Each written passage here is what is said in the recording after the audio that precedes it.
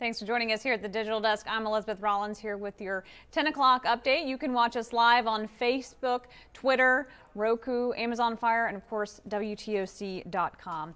Flags are flying at half-staff this morning at Ludowici Police Department after their police chief was killed during a chase. Georgia State troopers are still investigating a chase that took 2 lives, including the police chief. Troopers say that they started chasing Daniel Michael Toronto Hill Jr. Saturday night in Liberty County.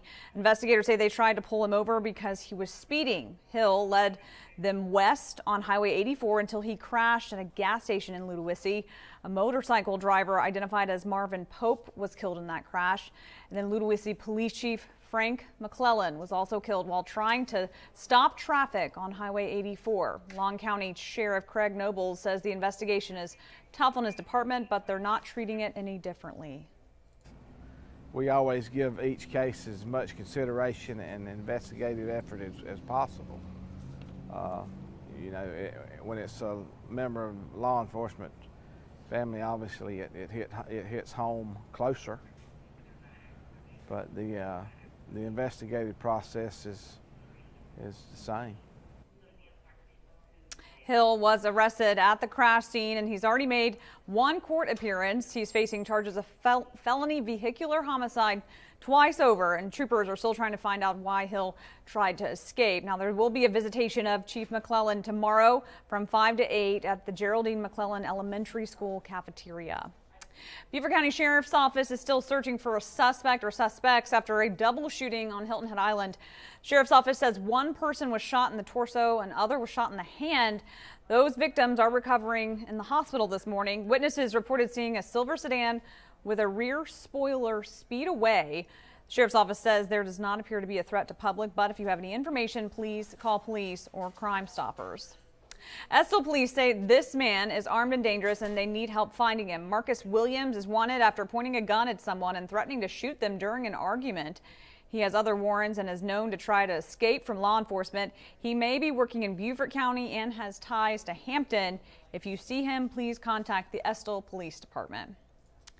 Well, sadly, the Florence death toll has now risen to 17. 6 of those deaths were in South Carolina.